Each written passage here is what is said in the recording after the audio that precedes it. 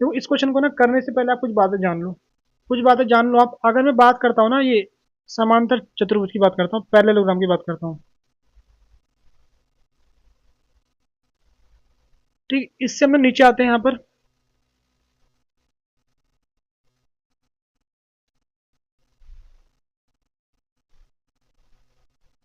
Rectangle, ये आपका वर्ग होता है, रेक्टेंगल स्क्वायर।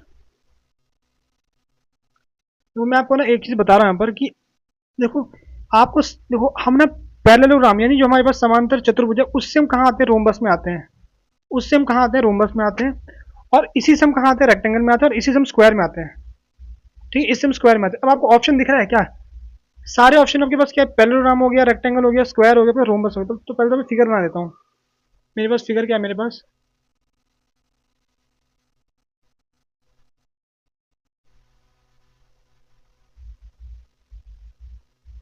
मेरे पास ये हो गया, ठीक है। मेरे पास फिगर ये हो गया। देखो ये जो आपके पास ये तीनों है ना, ये तीनों एक टाइप के पैरेललोग्राम होते हैं। एक टाइप के आपके पास समांतर चतुर्भुज होते हैं। तो समान, तो आपको एक बात साफ हो गई, जितनी भी ऑप्शन है बने सारे के सारे समांतर चतुर्भुज आपके पास है। यानी ये भुजा और ये भुजा बराबर है पहले से। ये भुजा, ये भुजा पहले से बराबर आपके पास है, क्योंकि चारों ही ऑप्शन आपके कैसे हैं, समांतर चतुर्भुज के आपके पास है।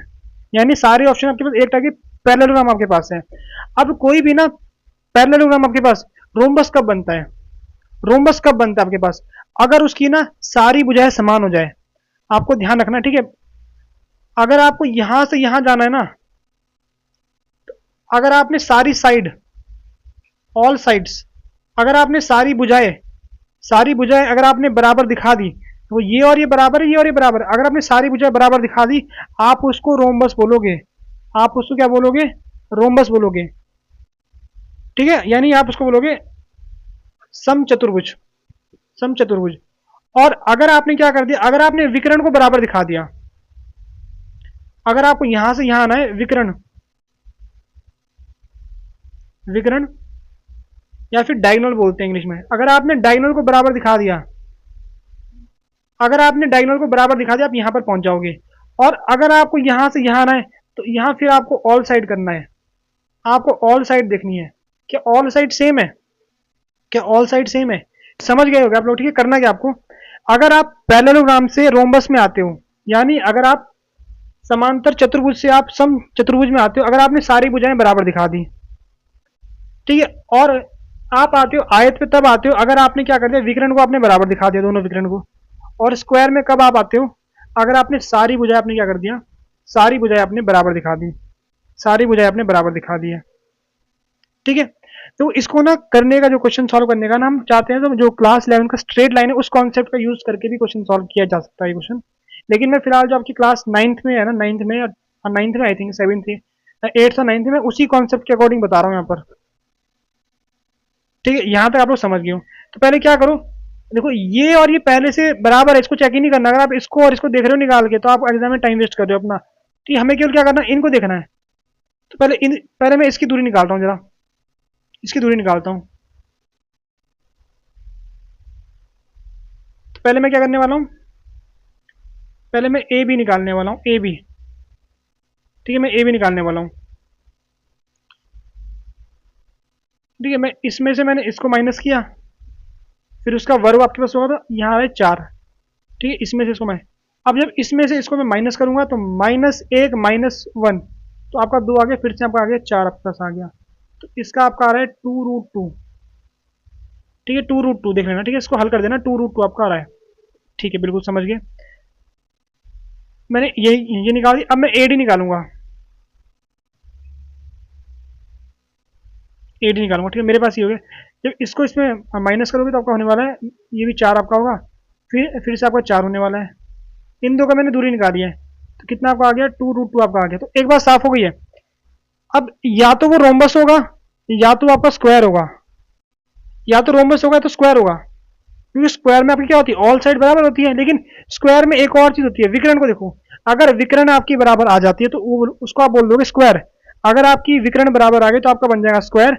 अगर आपकी विकर्ण बराबर ना आए, तो वो आपका बनने वाला है रोम्बस, ठीक है। हमें विकर्ण निकालनी है अब, समझ गए आप लोग, ठीक है। अब विकर्ण निकालते हैं। ए सी, ए से निकालेंगे, ठीक है, ए से निकाल रहे हैं यहाँ से। 0 में से 0 गया तो कोई फर्क नहीं पड़ने वाला।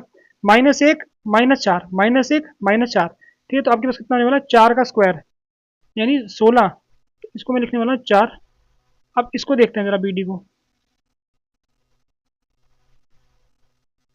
-2, हाँ 2 -2, ठीक है, तो आपके पास कितना होने वाला है, 4 का वर्ग यानी 16 होने वाला है आपके पास, क्योंकि 1 में से 1 गया 0 आपके पास आने वाला है, तो यहाँ भी आपका 4 आ गया, यानी विकर्ण भी आपकी बराबर आ रही है, विकर्ण भी आपकी बराबर आ रही है। तो आपका कौन सा होने वाला है, आपका होने वाला है स्क्वायर, आपका होने वाला स्क्वायर। बस आपको इस डायग्राम को ध्यान रखना है, यहाँ आने के लिए आपको सारी भुजाएं बराबर दिखानी है, यहाँ आने के लिए आप पहले विकर्ण दिखाओगे, फिर यहाँ आने के लिए आप क्या करोगे, सारी साइड दिखाओगे। मैंने पहले सारी साइड देखी, तो यानी ये रास्ता दोनों खुल रखे हैं, बस यहाँ विकर्ण का रास्ता चेक करना था, क्या विकर्ण हो रही है, क्योंकि अगर विकर्ण हो गई तो रास्ता आपने ये वाला चूज किया, ये रास्ता चूज नहीं किया आपने, ठीक है। तो इसका कौन सा आपके पास होगा, इसका आंसर होगा वर्ग आपके पास, इसका आंसर आपको कौन सा होने वाला है, वर्ग आपके पास होने वाला है। उम्मीद कर रहा हूँ आपको समझ में आया होगा। अब यहाँ ना एक और चीज समझो, लाइट चलेगी यार, पर कोई नहीं, ठीक है, यहाँ पर आप ना एक और चीज समझो, वो क्या, ये देखो, जब मैंने भुजाएं बराबर दिखा दी, ठीक है, ठीक है, भुजाएं मैंने बराबर दिखा दी, ठीक है, इसका आंसर आ गया। अब मैं ना क्लास 11 का जो कॉन्सेप्ट है उसको लगा रहा हूँ, जिसको आता है क्लास 11 का वो एक बार देख लेना, ठीक, कोई दिक्कत नहीं है, ठीक है। मैंने सारी भुजाएं बराबर दिखाई। अब मुझे डाउट है, क्या ये स्क्वायर है, यानी आपके पास क्या ये आपका वर्ग है, या फिर आपका ये क्या है, रोम्बस है, यानी सम चतुर्भुज है, दोनों में से कोई भी एक आपका हो सकता है। अब इस डाउट को मैं कैसे क्लियर करूं, तो मुझे पता जो आपका वर्ग होता है ना, वर्ग, उसमें कोने के जो आपके कोण बनते हैं 90 डिग्री के कोण बनते हैं। तो अगर मैं इस लाइन को और इस लाइन का अगर मैं इनका स्लोप निकालूं, पता है ना, अगर दो लाइन आपकी क्या होती है, अगर आपस में ना दो लाइन परपेंडिकुलर होती है, 90 डिग्री कोण बनाती है, तो उनका जो स्लोप होता है, उनकी ढलान होती है ना, उनका जो प्रोडक्ट आता है, उनको जो गुणा करके आता है आपका माइनस का एक आता है, माइनस का एक आता है। तो पहले मैं जो ए डी है, ये क्लास 11 जो जिनको 11 की मैथ्स आती है उनके लिए, तो पहले मैं m1 निकाल रहा हूँ, स्लोप निकाल रहा हूँ इसका। तो स्लोप पता नहीं क्या होता है, स्लोप आपका होता है y2 minus y1 upon x2 minus x1।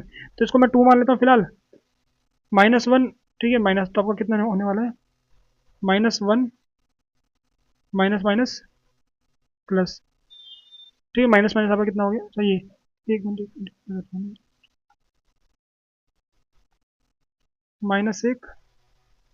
Minus, ये आपका हो गया 0 प्लस का 2, ठीक है, यहाँ पर माइनस का 1 आ रहा है, ठीक है, माइनस का 1 आ रहा है।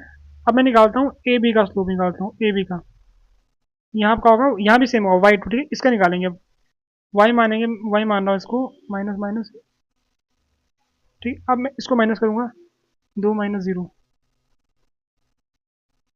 क्या कर रहा हूँ मैं, ये क्या फिर बार बार गलती कर,